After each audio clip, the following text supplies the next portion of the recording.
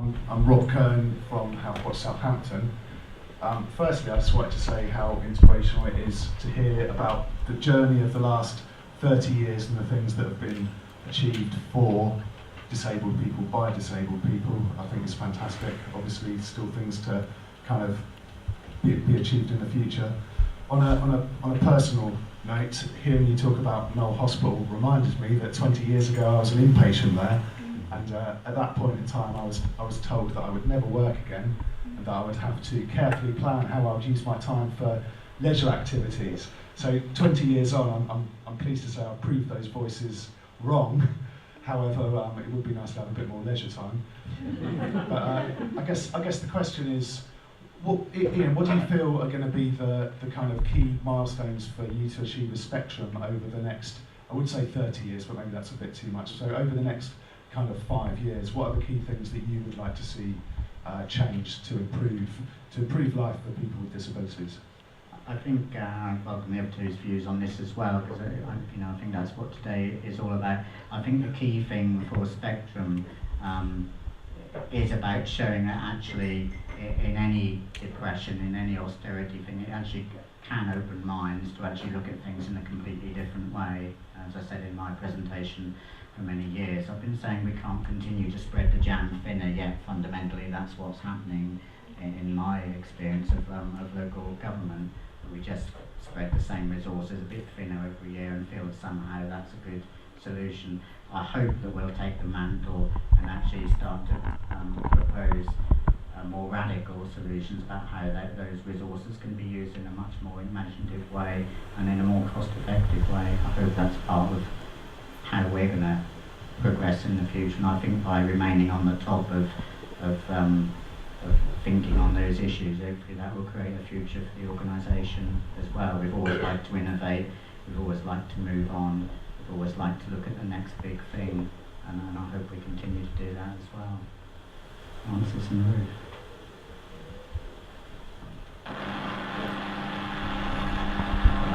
Back to you, Mike. It's in.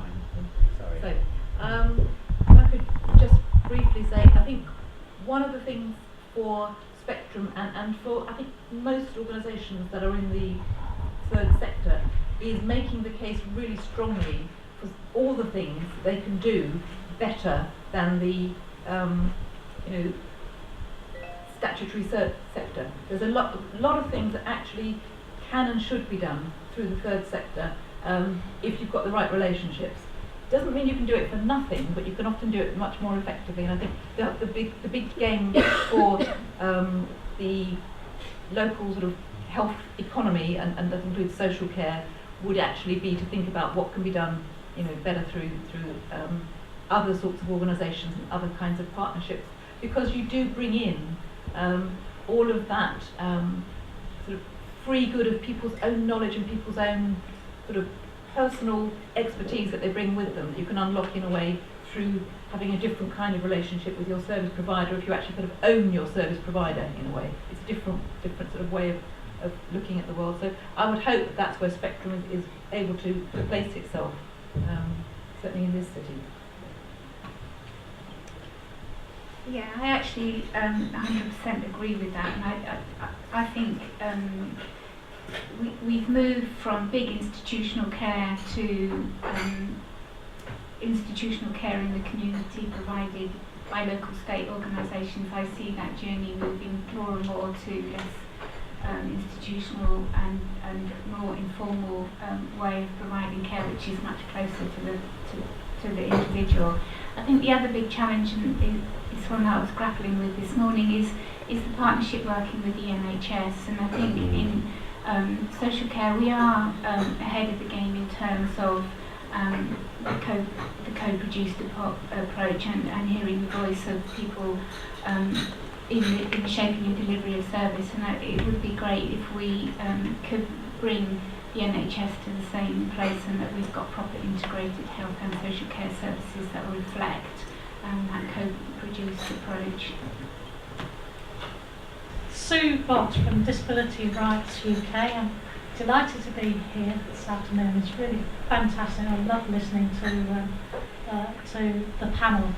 So I just want to ask, I think to get our ideas really embedded, we need to get the general public on our side, and we've been quite good at getting over to governments and politicians and county councils and those kind of people. I asked this question because as I was coming here in a taxi, myself and my fellow traveller were talking to the taxi driver about why we were here today. And he was absolutely fascinated. When we said, do you know what, you've got a really pioneering organisation in your city, and he had no idea. And we told him all about Spectrum and all about the achievements. At the end, he said, you know what, I feel proud to live in Hampshire and know that that group have been doing those things. So you mentioned social media, Francis, as a way of communicating. I wonder what panellists think, what else we can do to make sure that next time a taxi driver picks me up at Southampton station and brings me here, they've heard of you. Well, I think it is one of those really interesting questions, isn't it, about why we don't shout louder about actually the fact that we've got quite a clever product here, which is that it's stopping people needing to feel, you know, that you're a concern, a worry and a burden, and see you as an asset and a really kind of go-ahead contributing part of this city. And I think there may be something about how you can build a really strong, you know, persona using social media in the city. I haven't mapped out a campaign for you because I think that will take a little bit of time to think about. But I think there is something about being really proud of what you do. But it also means you've got to take some flack, because some of the really most interesting and brilliant things that go on in our world are so counterintuitive to people's ideas of what being a good disabled person or good older person is, that you get in real trouble. I was hearing a lovely example from, I think it was Doncaster, where the care package for an older gentleman with dementia was that they built him a shed in his back garden, so he could go in the shed and make stuff. And that was his care package. But of course, when the local paper got hold of this as a use of public money, you know, shock, horror, scandal, but actually, what a brilliant thing. And it's about how you find a way of having a conversation about that is actually what to do with that particular old gentleman with dementia. You know, don't send him down the day centre and wrap him up. Send him down the shed with a screwdriver. So I think it's how you manage to get that story going.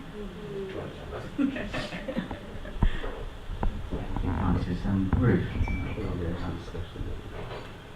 I similarly don't have answers to quite a complicated question. I'm a real big fan of Time to Change, the mental health campaign that's on Twitter, and I've got them on my Twitter, and I'm just clicking on to Twitter periodically, and they give little instructions about what you could do to help your own mental health or somebody else's mental health that day. Is something that I do act on, and I find that really inspiring. I think Francis is right. Sometimes the messages are really difficult.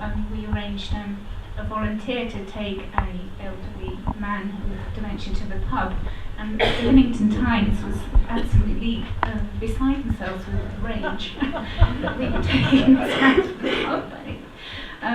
And you know, had to brief all our elected members to keep them calm about it. But so there are some challenges in that. I do think we aren't very good at celebrating, and this sort of event is a fantastic way of doing that, and I think we just need to celebrate more. With the celebration thing, it's interesting because we, you know, a bit like the event, we did an event in January on the 30th anniversary of Independent Living. We did today, issued press releases, and we did have good coverage in The Guardian last week, but actually local press, nothing. So either we're not communicating in a way that works for them, or or they're not interested in our story, which is clearly about how we communicate, and clearly Sue's way of communicating is something that we need to adopt. Maybe we do need to pay you, Sue, to go travelling around in Southampton. I do also like the idea of being prepared to be unpopular. We did, nearly 2 years ago now, we became very unpopular when we went public supporting the Minister's decision to close the Remploy sheltered factories in Southampton all over the UK. That was a highly unpopular local viewpoint, and we had death threats, various hate mail, and we quite like that really, because it kind of proved thankfully none of them actually happened. 2 or 3 threats to close the organisation down as well. So in a way that shows that we're still prepared to go be unpopular when we need to be, and I think that message is something that too few organisations that have been around for a long time are desperately keen about being unpopular, and I hope that that's something we continue to do. John Merritt from Solent Credit Union. How do you regard collective solutions to the challenges of independence developing? I'm a cooperative development worker as well as president of Solent Credit Union, which is a cooperative financial service. And I would regard a care co-op as an ideal model for meeting the challenges of health and care, where you're involving the carers and the cared for people together and their families. I think we need a whole range of models. I don't think that we should limit ourselves to one size fits all. We did a piece of work in Hampshire. Actually, we had the support of the National Development Team for Inclusion, working with a group of people. We described them as a group of older people with high support needs. We're trying to move away from this concept of frail elderly. They got to a group of people with high support needs together to talk to them about how they would use direct payments or personal budgets, because we were getting feedback from our social workers, older people, they don't want all the hassle of managing a direct payment, it's all too complicated for them. So we sat down with this group, and these were people who were, some of them were actually living in residential care, some of them were in the early stages of dementia, some of them were carers for their spouses who were either in residential care or at end of life, and quite a diverse group of people came together. And we, the facilitator started talking to them about direct payments, and it lit them up. And one of the things that they came back and said, if we'd known about that, one of them said, I'd have got together with our neighbours and we would have organised our care collectively so we could share our carer and manage the carer in the way that we wanted. And so those were ideas that were coming from them, and these were 80, 90-year-olds talking about that. And they were saying, if only we had had that. And one of the things that breaks my heart sometimes is hearing if only we had, because it's kind of lost opportunity. But absolutely, I think different models and collective models have got their place in delivery. And I think they are happening, and they have happened over time. I mean, I can think of, in a place in the West Country where a group of parents have got together to pool their direct payments that they administer for their children in a way that works for them, so that they work as an informal, it's not a constituted collective, but as an informal collective. A lot of direct payment support schemes are essentially, run on a collective or group basis. People kind of collectivise their payroll and all sorts of other things, payroll systems. And I think I'm also in touch with some people who, as they're growing older, are looking at a sort of collective co-housing model as a way of meeting their needs, because their life ambitions are changing as they get older. So I think there's always been a bit of a thread running through, and in some parts of Europe it's been a very strong part of the way that the whole thing's been delivered over time. But I agree with Ruth, you need a kind of a mix of stuff that works for that particular group together. It's always got to be starting from that grassroots up thing, people working out what works for them, I think. What talks to me through all of that is what we pioneered, which was the notion of peer support, working together to solve each other's problems, learning from each other's solutions. That's where we need to go. We've all experimented with notions of pooling budgets and whatnot, and I think we need to do much more of that, but we do need to make sure that doesn't become the new institution of the future, because I think that can easily happen as well. We propagate the same culture and the same methods, but in a kind of dress it up as if it's something different to what it is. I think we need to, you know, to speak honestly about those things as well. I also think, John, that there's some, you know, that clearly the whole notion of credit unions should be the right product at the right time, and maybe we need to look at how we make people more aware of those kind of solutions, you know, and how they may be much better than the other solutions, payday loans and whatnot, that people are steering towards today.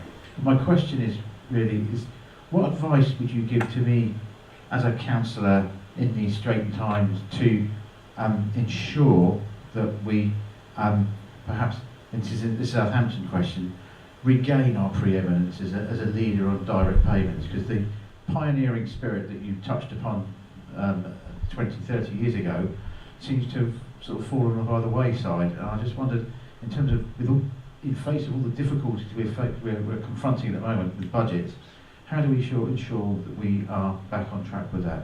Any ideas, please?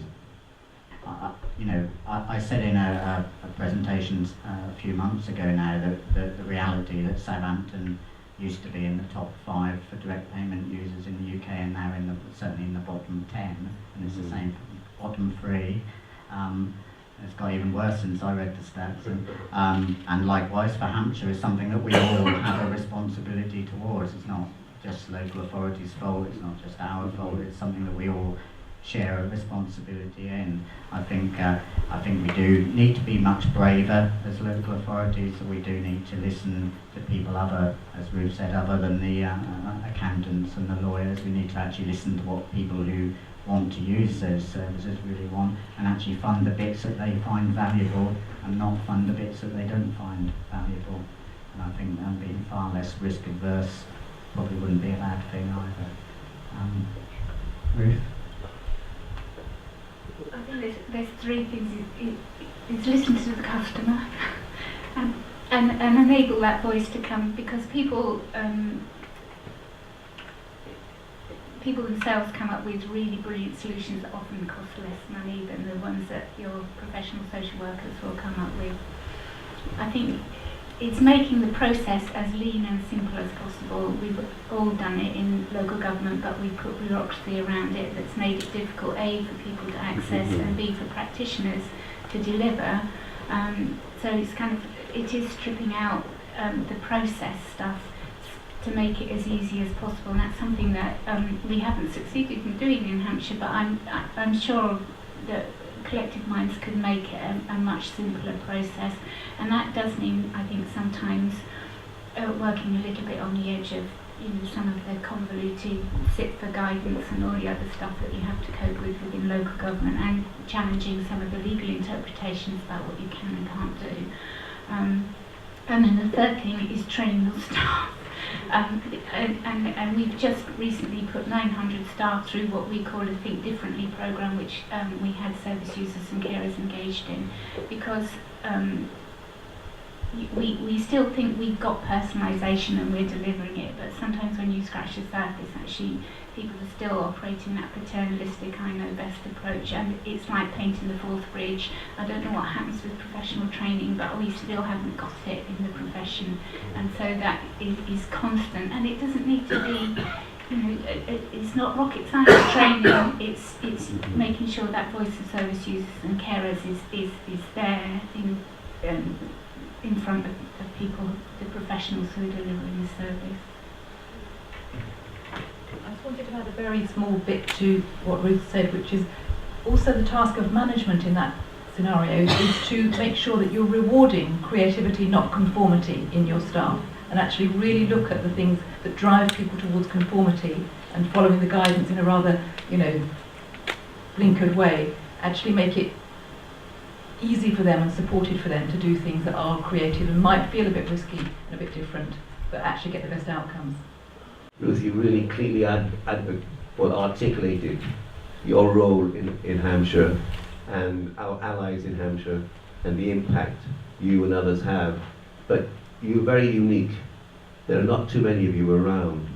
I mean, if you look at those 30 years, there was Derek Bailey, there was Chris Taylor, and there was you. And really, you three stand out a mile beyond the others. When some of you in between the gaps, there were some really difficult times we went through to try and keep everything on track, to keep us going in that same direction where we knew the vision for independent living needed to be. But we had some really difficult times. My question to you, and I know it's not going to be easy, is we're going to be losing you in 3 months' time. And I want to ask you, what is your advice? What can we be doing now? Because if I looked at Hampshire, there is a handful of people, or rather we could probably count on one hand those people we could probably work with. But they don't have the vision, they don't have the insight, they don't have the experience you have had. And that's why things have changed in Hampshire. And I'm really pleased and honoured that I've lived in Hampshire. I've worked both nationally and internationally. And I've seen other parts of the country, other parts of the world, where there haven't been people like you. There haven't been people who make things happen, drivers within local authorities. And that is really key to making sure we go on in the next 10 years in the same way that we've been going, despite the problems we've had and the difficulties. Because I'm worried, scared when you go in 3 months. It's not going to be easy, and we need to be planning, we need to be making tracks now and changing people, mindsets, and working on people, even meeting them, like what we did in the early days of Project 81, going out meeting county councillors, going out to meeting officers, sitting with them, talking with them, trying to tell them what it was all about, trying to get them to understand. And that's, I think, what we need to be doing in the next month before you go. You want to fill up? I don't think I am unique, and I'm kind of not a big believer in the great man or great woman theory of history, but and there are people in the organisation that I think do share my values, and I think it is making sure, and one of the things that I'm wanting to do in the last few months of my career with Hampshire County Council is to make sure that I position the people that I think get it in a place with confidence to be able to carry that forward, and I'm certainly trying to do that in terms of kind of influencing what comes behind me. It is difficult because certainly I come from a perspective that creating any change, particularly where you're working with government or local government, you do need allies. You need one foot in and one foot outside the camp to be able to create that change. I'm certainly happy and willing to work in the next few months with you and the Centre for Independent Living to try and make sure that we've got some sort of continuity and handover so that somebody does carry that baton forward. But thank you, John, for what you said. I really appreciate it.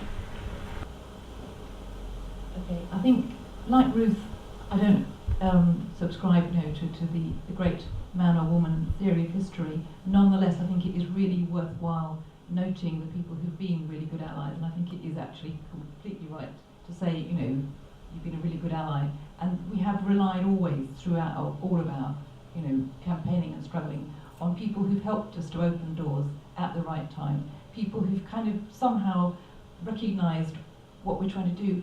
And I think John's absolutely right that the next thing is to go out and sign up the next generation of allies. And if people take one thing away from today, one action you can take away is go and find the next ally in the next sort of bit of your life or other people's life that is going to help take that idea. And I think going back to Sue's idea of how do we spread the ideas, it's each of us remembering to be proud about all this stuff that we have collectively achieved. And I do strongly believe that this is a movement about individual autonomy and individual empowerment, but it's a collective movement, and it's about the strength of that collection of us working together that actually is going to take us through what are going to be hard times into finding a new and different and we hope better way of doing for the future. We can keep moving forward even against the backdrop of some absolutely difficult times. Sometimes it's the most difficult times that make you be the most creative in a way, and I think so sort of seize the opportunity for creativity that is giving to us, but also hang on to the strength of our collective endeavour and sort of stay strong together. I've got nothing to add to that other than saying, to my mind, it's about being in the heart rather than in the head. And I think all too often these days, in constrained times, decisions are made based on the brain and what we can do to save resources without actually taking time to understand why we're doing it. And